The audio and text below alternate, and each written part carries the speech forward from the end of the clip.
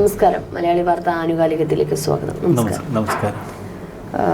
ശ്രീനിവാസൻ എന്ന ഒറ്റ പേരിൽ ഒരുപക്ഷെ നമുക്ക് അത് പറയാൻ ഒരുപാടുണ്ടല്ലേ. എന്നാൽ ഒരു അതുല്യ പ്രതിഭയാണ് സിനിമാ ലോകത്തിൽ നിന്ന് നമ്മളിൽ നിന്നൊക്കെ വിട്ടകുന്നത്. പക്ഷെ ഓർമ്മകളിലൂടെ, അദ്ദേഹത്തിൻ്റെ സിനിമകളിലൂടെ അദ്ദേഹം എന്നും ഇനിയും ജീവിക്കും എന്നുള്ളതാണ്. ഒരുപക്ഷെ അദ്ദേഹത്തിൻ്റെ കാലഘട്ടത്തിലേക്ക് വന്നാൽ പച്ചയായ ജീവിതങ്ങൾ യഥാർത്ഥമായിട്ടും സിനിമയിലേക്ക് കൊണ്ടുവന്ന ഒരു അതുല്യ പ്രതിഭ എന്ന് തന്നെ പറയാം.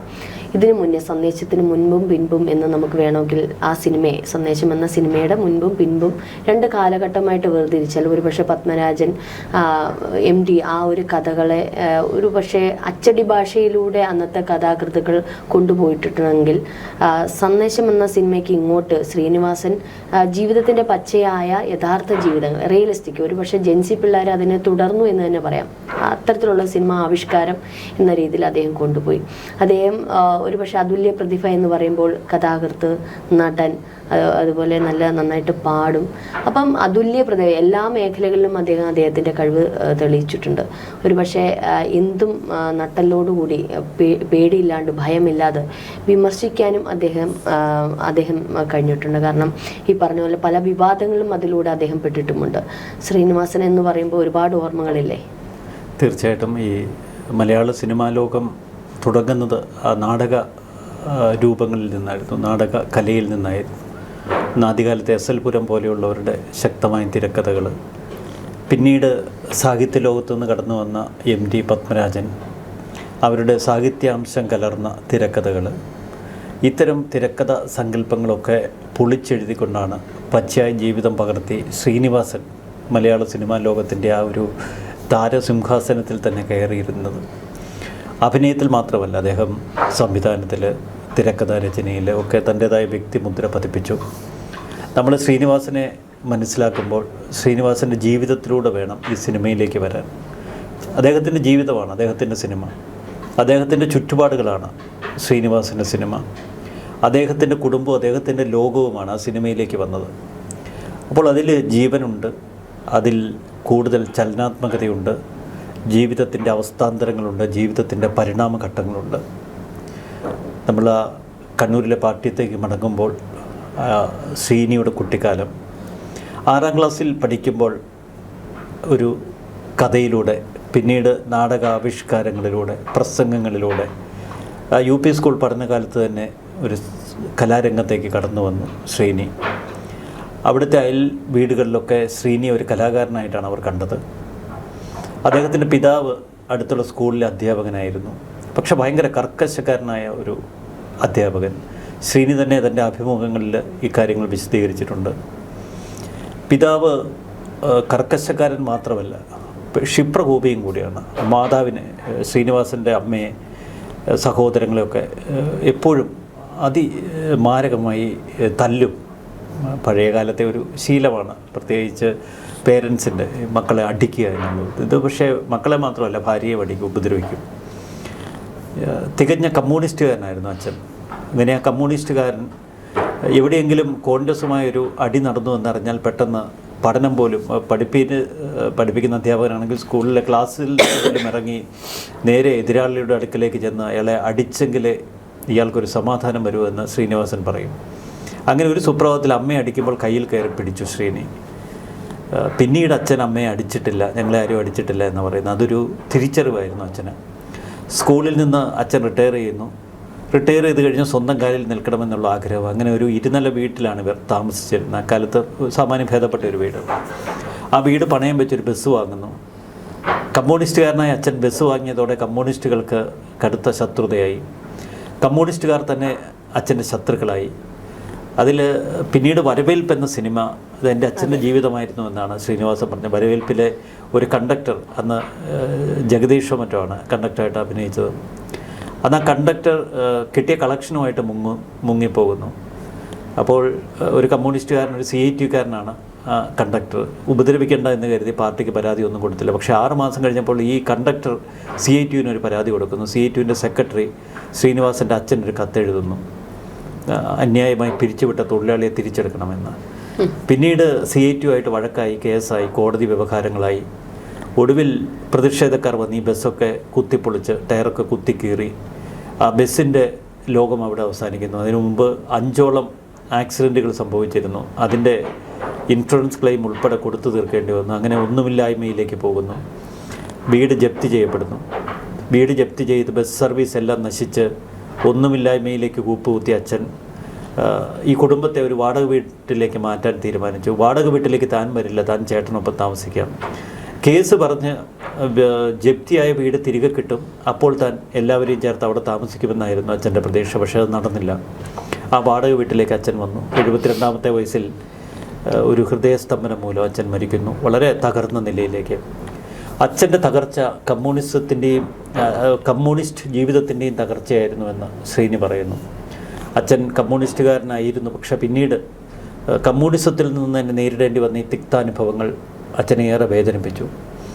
പിന്നീട് ട്രേഡ് യൂണിയനിസത്തെക്കുറിച്ച്, പൊള്ളയായ കമ്മ്യൂണിസ്റ്റ് ആശയങ്ങളെക്കുറിച്ച് ശ്രീനിവാസൻ തൻ്റെ സിനിമകളിലൂടെ തുറന്നു പറഞ്ഞിട്ടുണ്ടെങ്കിൽ അതിന് തൻ്റെ ജീവിതത്തോളം വിലയുണ്ട് എന്ന് നമ്മൾ മനസ്സിലാക്കണം. അതാണ് ഈ അദ്ദേഹത്തിൻ്റെ ജീവിതം നമ്മെ പഠിപ്പിക്കുന്നത്. പിന്നീട് ശ്രീനിവാസൻ നേരെ നാടകാഭിനയത്തിലേക്ക് തിരിയുന്നു. ജീവിക്കാൻ കണ്ണൂരിലെ കൊച്ചു കൊച്ചു നാടകങ്ങളിലൊക്കെ അഭിനയിക്കാൻ ശ്രമിക്കുന്നു. പക്ഷെ അതിനൊന്നും വേണ്ടത്ര അവസരങ്ങൾ ലഭിക്കുന്നില്ല. നാടകാഭിനയം പഠിച്ചിട്ട് വരേണ്ടതുണ്ട് എന്ന് അദ്ദേഹത്തെ ചിലർ ഉപദേശിച്ചു. അങ്ങനെ മദ്രാസിലേക്ക്, ഫിലിം ഇൻസ്റ്റിറ്റ്യൂട്ടിലേക്ക് പഠിക്കാൻ ഉള്ള ഒരുക്കങ്ങൾ, അതിൻ്റെ പിന്നിലൊക്കെ ഒരുപാട് വേദനയുടെ കഥാംശങ്ങളുണ്ട്. അദ്ദേഹം ആദ്യം ഒരു നാടക നടനെ പോയി കാണുന്നു. അദ്ദേഹം കൈമലർത്തുന്നു. ഇത്ര വികൃതനായ ഒരു രൂപമുള്ള ശ്രീനിവാസൻ ഒരിക്കലും സിനിമയിൽ രക്ഷപ്പെടില്ല എന്നൊക്കെ ആളുകൾ പരിഹസിക്കുന്നു. അങ്ങനെ ഒരു ബന്ധുവിൽ നിന്ന് വാങ്ങിയ 25 രൂപയുമായി മദ്രാസിലേക്ക് വണ്ടി കയറി. മദ്രാസിലെത്തി ഈ ഫിലിം ഇൻസ്റ്റിറ്റ്യൂട്ടിൻ്റെ ഒരു ഇൻ്റർവ്യൂ ബോർഡിന് മുന്നിലിരിക്കുമ്പോൾ അന്ന് അവർ പരിഹസിക്കുന്നു. എത്രയും പെട്ടെന്ന് നാട്ടിൽ മടങ്ങിപ്പോയി എന്തെങ്കിലും ജോലിയെടുത്ത് ജീവിക്കുക, ഈ സിനിമയിലൊന്നും ഈ രൂപം ചിലവാകില്ല എന്നവർ പറഞ്ഞു. അപ്പോൾ ഒരു അരിവെപ്പുകാരൻ്റെ ഒരു പണിയെങ്കിലും തനിക്ക് സിനിമയിൽ അഭിനയിക്കാൻ ഒരു ചാൻസ് ഇല്ലേ എന്ന ശ്രീനിവാസൻ്റെ ചോദ്യം. പ്രേം നസീർ സുന്ദരനാണ്, കാമുകി സുന്ദരനാണ്, പക്ഷേ ഇടനിലക്കാരൻ സുന്ദരനാവേണ്ടതില്ലല്ലോ എന്ന് ഇൻ്റർവ്യൂ ബോർഡിന് മുന്നിൽ അന്ന് ശ്രീനിവാസൻ ചോദിച്ചു. എന്തെങ്കിലും ഒരു ചെറിയ ഒരു സ്ഥാനം അതേ ശ്രീനിവാസൻ പ്രതീക്ഷിച്ചുള്ളൂ. പക്ഷേ ഇൻ്റർവ്യൂ ബോർഡിനോട് ശ്രീനിവാസൻ പറഞ്ഞു, എനിക്ക് അഭിനയം ഒന്ന് പഠിക്കണം, എൻ്റെ നാട്ടിൽ മടങ്ങിപ്പോയി നാടകത്തിൽ തുടരണമെന്നാണ് ആഗ്രഹം. അങ്ങനെ മദ്രാസിൽ തൻ്റെ ജീവിതം ആരംഭിക്കുന്നു. പിന്നീട് 1 വർഷം സീനിയറായ രജനീകാന്തിനെ ഏറ്റവും അടുത്ത സുഹൃത്തായി കിട്ടുന്നു. ശ്രീനിയുടെ ഒരു സുഹൃത്ത് രജനിയിൽ നിന്ന് അന്നത്തെ കാലത്ത് 5 രൂപ കടം വാങ്ങിയിരുന്നു. ആ കടം തിരികെ ചോദിക്കാൻ വേണ്ടിയാണ് ശിവാജി എന്ന രജനി ശ്രീനിയുടെ അടുക്കലെത്തുന്നത്.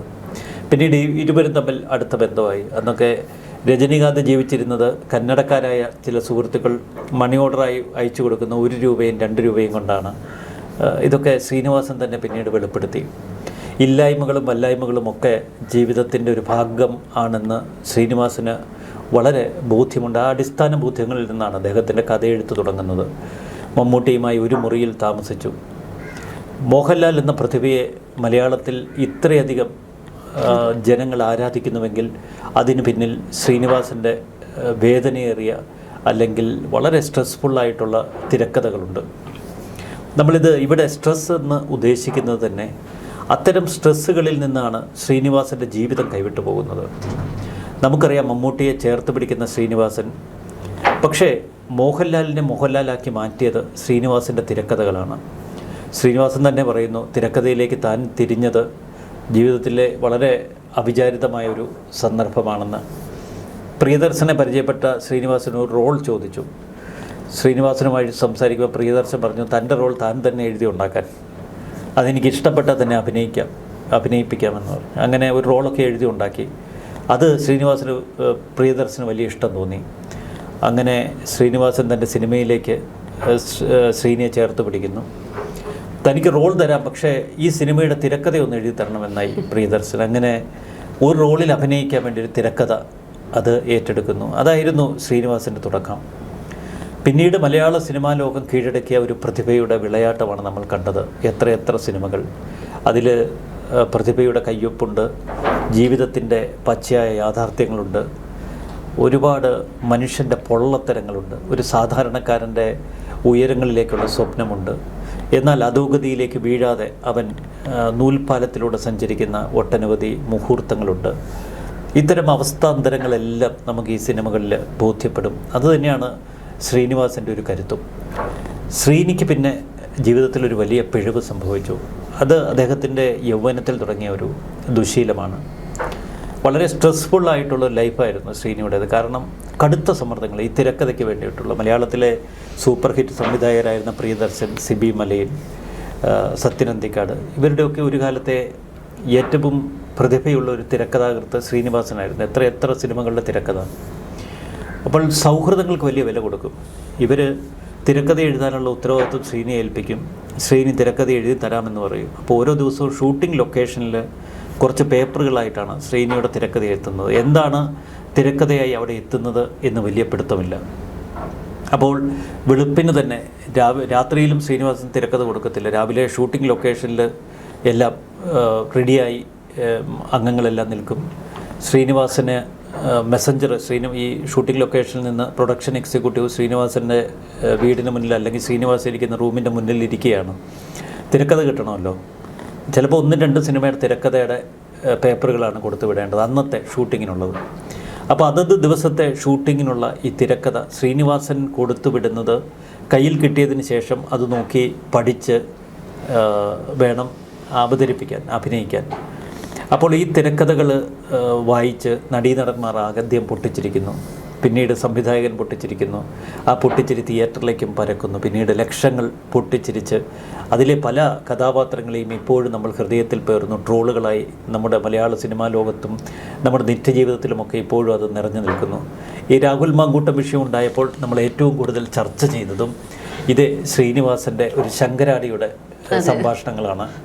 ആർക്കെങ്കിലും കൊള്ളാവുന്ന നേതാക്കളെ കണ്ടുപിടിച്ച് അവർക്ക് ചില ഗർഭക്കേസുകളൊക്കെ കൊടുക്കാൻ ശങ്കരാടി ഉപദേശിക്കുന്ന ആ ഡയലോഗ്, അതുതന്നെയാണ് ഇപ്പോൾ നമ്മുടെ രാഹുൽ മാങ്കൂട്ടത്തിനും രക്ഷയായത്. ശ്രീനിവാസൻ്റെ സിനിമകളിലെ ഒരു ആത്മകഥാ സ്പർശം അത് വല്ലാതെ മനുഷ്യബന്ധങ്ങളെ ത്രസിപ്പിക്കുന്നതാണ്, മനുഷ്യൻ്റെ ആത്മാവിനെ കോർത്തിണക്കുന്നതാണ്. നമുക്കറിയാം, നമ്മൾ കണ്ട എത്ര സിനിമകൾ, വരവേൽപ്പ്, വടക്ക് നോക്കിയ യന്ത്രം, മിഥുനം, ഓരോ സിനിമകളിലും ആ സിനിമയുടെ നാടോടിക്കാറ്റൊക്കെ ആ ദാസനെയും വിജയനെ നമുക്ക് മരിക്കോളം മറക്കാൻ കഴിയില്ല. കാരണം അവരൊക്കെ നമുക്കിടയിലുണ്ട്. നമ്മൾ തന്നെയാണ് അവരിൽ പലരും. ജീവിതത്തിൻ്റെ വളരെ ഒരു അല്പമാത്രമായ ഒരു നിമിഷങ്ങളിൽ പലപ്പോഴും നമ്മൾ ആ കാലഘട്ടങ്ങളിലൂടെയൊക്കെ കടന്നു പോയിട്ടുണ്ട്. പിന്നീട് വരവേൽപ്പിലെത്തുമ്പോൾ കേരളത്തിൽ കച്ചവടം ചെയ്യുന്ന, ബിസിനസ് ചെയ്യുന്ന ഏതൊരാളും അയാളുടെ സ്വന്തം അനുഭവമാണെന്ന് ധരിച്ചു പോകും. മിഥുനം ചർച്ച ചെയ്യാത്ത ഒരുപക്ഷെ ദമ്പതികൾ കേരളത്തിലുണ്ടാവില്ല. വിവാഹത്തിന് ശേഷം കുടുംബവും ഒന്നിച്ചുള്ള യാത്രകൾ, ആ കുടുംബത്തിലെ പല പ്രായത്തിലുള്ള ആളുകളുടെ പ്രവർത്തനങ്ങൾ, പെരുമാറ്റങ്ങൾ, ഇതെല്ലാം ആ മിഥുനത്തിൽ മനോഹരമായി കോർത്തിണക്കിയിട്ടുണ്ട്. വടക്ക് നോക്കിയ യന്ത്രത്തിലെ തളത്തിൽ ദിനേശൻ, അത് നമുക്കൊത്തിരി കഥാപാത്രങ്ങളെ നമുക്കിടയിൽ കാണാൻ പറ്റും. പലപ്പോഴും ആ കണ്ണാടി നമ്മളിലേക്ക് തന്നെ നമ്മൾ തിരിച്ചു പിടിക്കേണ്ടതുണ്ട്. ആ തളത്തിൽ ദിനേശൻ്റെ ഒരു ആത്മവിശ്വാസക്കുറവ്, തളത്തിൽ ദിനേശൻ്റെ ഒരു സംശയരോഗം, തളത്തിൽ ദിനേശൻ സ്വയം കെട്ടിപ്പടുക്കുന്ന ഒരു ഇതുണ്ടല്ലോ, കരുത്തിൻ്റെ അംശം, ഇതൊക്കെ. അപ്പോൾ ഇത്തരത്തിൽ മലയാള സിനിമാ ലോകത്തെ പിടിച്ചുയർത്തുക മാത്രമല്ല, മലയാളികളുടെ മനസ്സിനെ എപ്പോഴും കൂടെ നിർത്തും. പിന്നീട് നമുക്കറിയാം സന്ദേശം എന്ന സിനിമ, ഇപ്പോൾ ഏറ്റവും കൂടുതൽ ചർച്ച ചെയ്യപ്പെടുന്ന സന്ദേശം എന്ന സിനിമയെക്കുറിച്ചാണ്. സന്ദേശത്തിലെ 2 കഥാപാത്രങ്ങൾ, ഒന്ന് ജയറാമും 2 ശ്രീനിവാസൻ തന്നെയാണ്. അക്ഷരാർത്ഥത്തിൽ ഇപ്പോഴത്തെ രാഷ്ട്രീയം കറങ്ങിത്തിരിക്കുന്നത് ആ സന്ദേശ സിനിമയിൽ തന്നെയാണ്. അതുതന്നെയാണ് നമുക്ക് ചുറ്റുമുള്ള അന്നത്തെ നാരിയൽ പാനി, എത്ര പ്രയോഗങ്ങൾ. പോളണ്ടിനെ കുറിച്ച് ഒരക്ഷരം സംസാരിക്കരുത്, ഇങ്ങനെ ശ്രീനിവാസൻ തൊടുത്തുവിട്ട ട്രോളുകളും ഡയലോഗുകളും പറയാത്ത ഒരൊറ്റ ദിവസം പോലും മലയാളികൾക്കുണ്ടോ എന്ന സംശയമാണ്. ഇപ്പോൾ സോഷ്യൽ മീഡിയയുടെ കാലമാണ്, ജെൻസിയുടെ കാലമാണ്.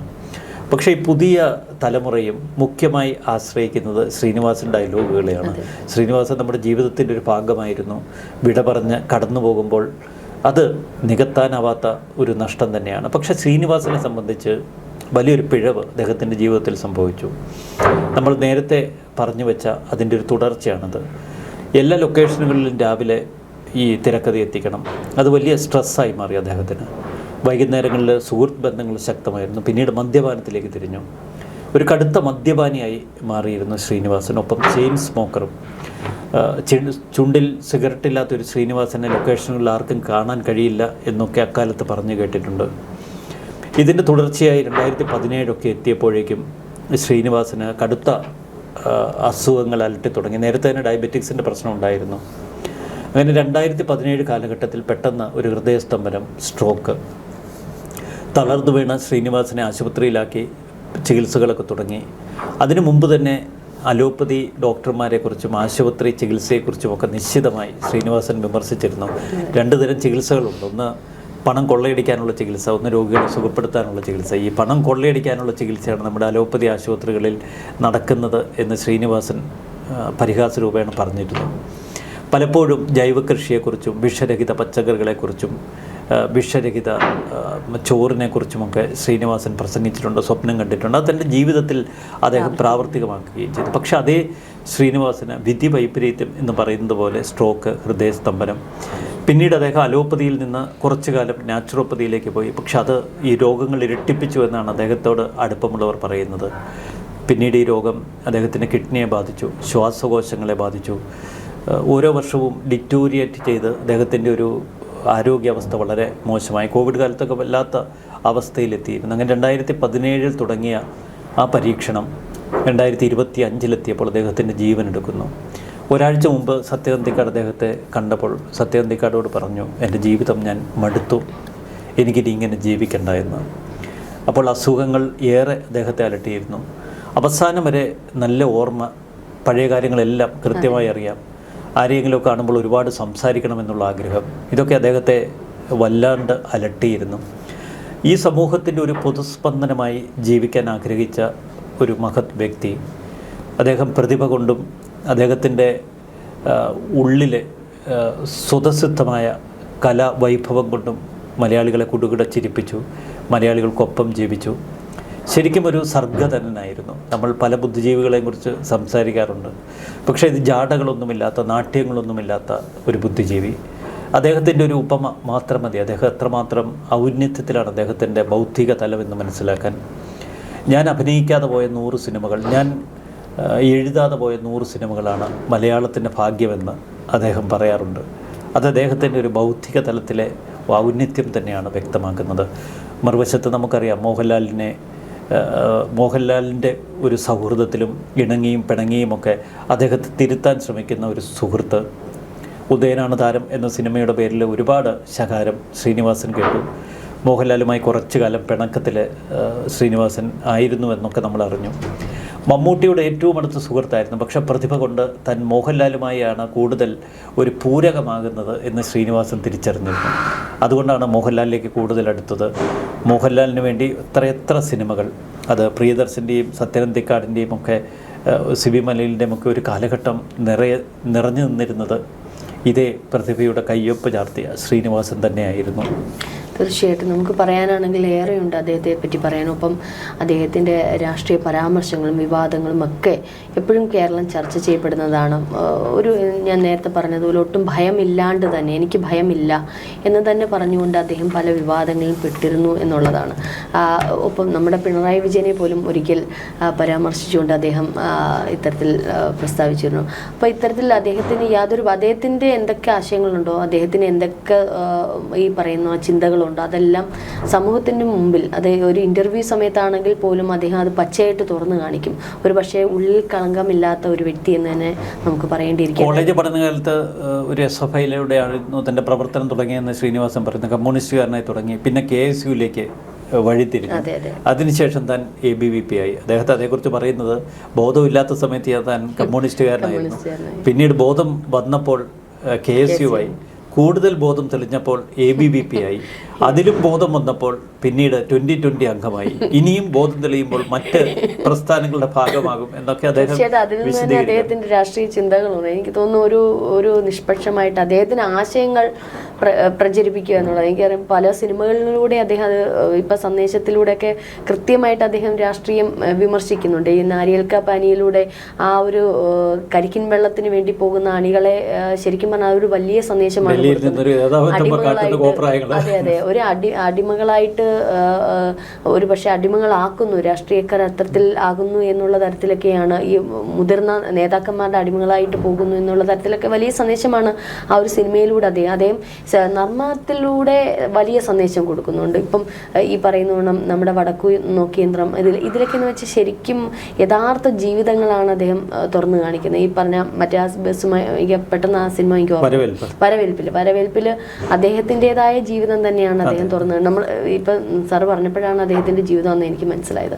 അപ്പോൾ ഇത്തരത്തിൽ അദ്ദേഹം ശരിക്കും സിനിമ ലോകത്തിന് തന്നെ ഒരു വേറിട്ട ഒരു കാഴ്ചപ്പാടിലേക്ക് കൊണ്ടുവരാൻ ഒരു മദ്രാസ് ജീവിതമാണ് ഉദയനാണ് താരത്തിലെ ഉദയനാണ് താരത്തിലും സിനിമയെ നന്നായിട്ട് വിമർശിക്കും. കഥ പറയുമ്പോൾ എത്തും സിനിമ അദ്ദേഹം പറഞ്ഞിട്ടുണ്ട്, രജനീകാന്തിൻ്റെ അന്ന് സുഹൃത്തുക്കളുടെ ഒരു സഹായമൊക്കെ. ഈ സുരേഷ് എന്ന് പറഞ്ഞ ഒരാളാണ് ഈ അന്ന് മദ്രാസ് ഫിലിം ഇൻസ്റ്റിറ്റ്യൂട്ടിലേക്ക് ഇദ്ദേഹം പോകുമ്പോൾ 25 രൂപ അന്ന് കൊടുത്തു വിടുന്നത്. സുരേഷ് പിന്നീട് ഒരു രാഷ്ട്രീയ നേതാവൊക്കെ ആയി മാറി.